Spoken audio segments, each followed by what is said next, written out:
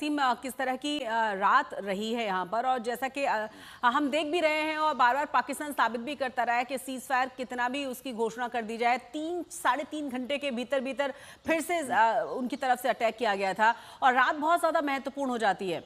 किस तरह की तस्वीर यहाँ देखने को मिली? जी, मैं आपको बता दूं, क्योंकि सीज़ फायर जब से अनाउंस हुआ तब से जो है नॉर्मलसी देखी गई है अमृतसर में। हालांकि आज सुबह एक मैसेज आया था एडमिनिस्ट्रेशन की तरफ से, और अब भी जो है अमृतसर को रेड अलर्ट में रखा गया है। जी हाँ, ये कंफर्म किया अमृतसर के डिप्टी कमिश्नर ने कि सुबह जो है 5:30 बजे एक मैसेज आया 5:24 पे कि अमृतसर रेड अलर्ट में है। लोगों को एडवाइस किया गया कि वो इंडोर रहें, घर से बाहर ना निकलें, क्योंकि डेफिनेटली कोई इनपुट्स होंगे या किसी तरह कोई बात होगी। लेकिन जहाँ तक कि रात की बात है, वो पूरी जो है वो पीसफुल रही है। पूरी रात जो है ब्लैकआउट रहा है और किसी तरह की कोई गतिविधि जो है वो नोटिस नहीं की गई है। हालांकि हमने परसों देखा था किस तरह पाकिस्तान ने जो है heavy drone firing, heavy drones जो थे वो भेजे थे। लेकिन कल जो रात रही वो बिल्कुल पीसफुल रही। मुझे याद है कि इससे लोग खुश भी थे। हम लोग गोल्डन टेम्पल जाके चेक किया था और गोल्डन टेम्पल में भी लोग जो है उन्होंने इस बात की खुशी मनाई कि जो पीसफुल एटमॉस्फेयर जो है वापस आया है।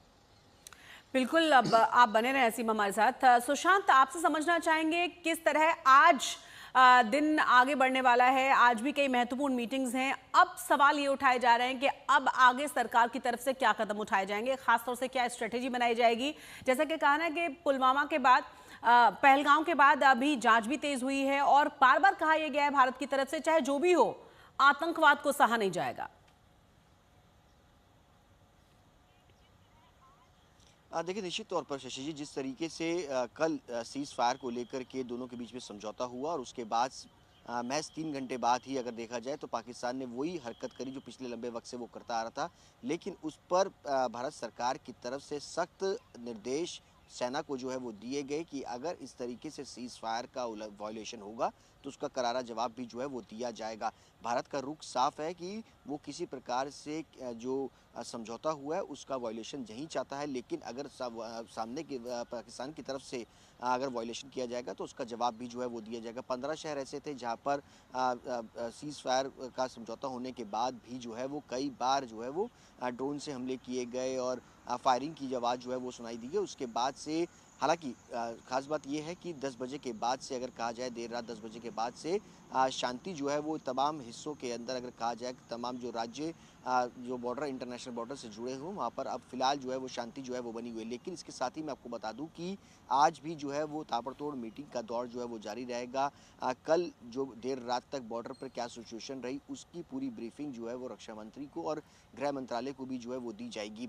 इसके साथ ही अगर मैं आपको बता दूं कि तमाम जो स्टेट्स के सेक्रेटरीज हैं, सचिव हैं, और उनके साथ जो है वो बैठक होगी। पैरामिलिट्री फोर्सेस के जो डीजी हैं उनके साथ भी जो है वो गृह मंत्रालय की बैठक जो है वो होगी और पूरा जो स्टेटस है बॉर्डर्स का और आसपास के तमाम हिस्सों का, उन सब का ब्यौरा जो है वो गृह मंत्रालय को जो है वो दिया जाएगा।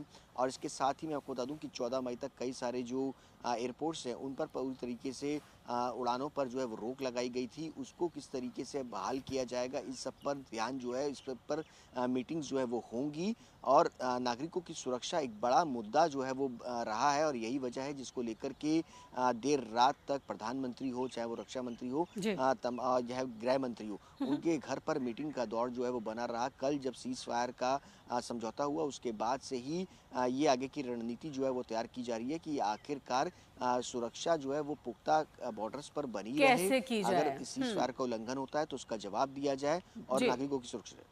आप बने रहे सुशांत हमारे साथ। तो सबसे बड़ी जो प्रायोरिटी है वो यही है कि किस तरीके से मुंह तोड़ जवाब दिया जाए और सुरक्षा को सुनिश्चित किया जाए, खास तौर से पाकिस्तान की बातचीत को देखते हुए। किस तरीके से सीज फायर का उल्लंघन हुआ है उसके बाद बहुत सारे सवाल फिर से उठने लगे हैं।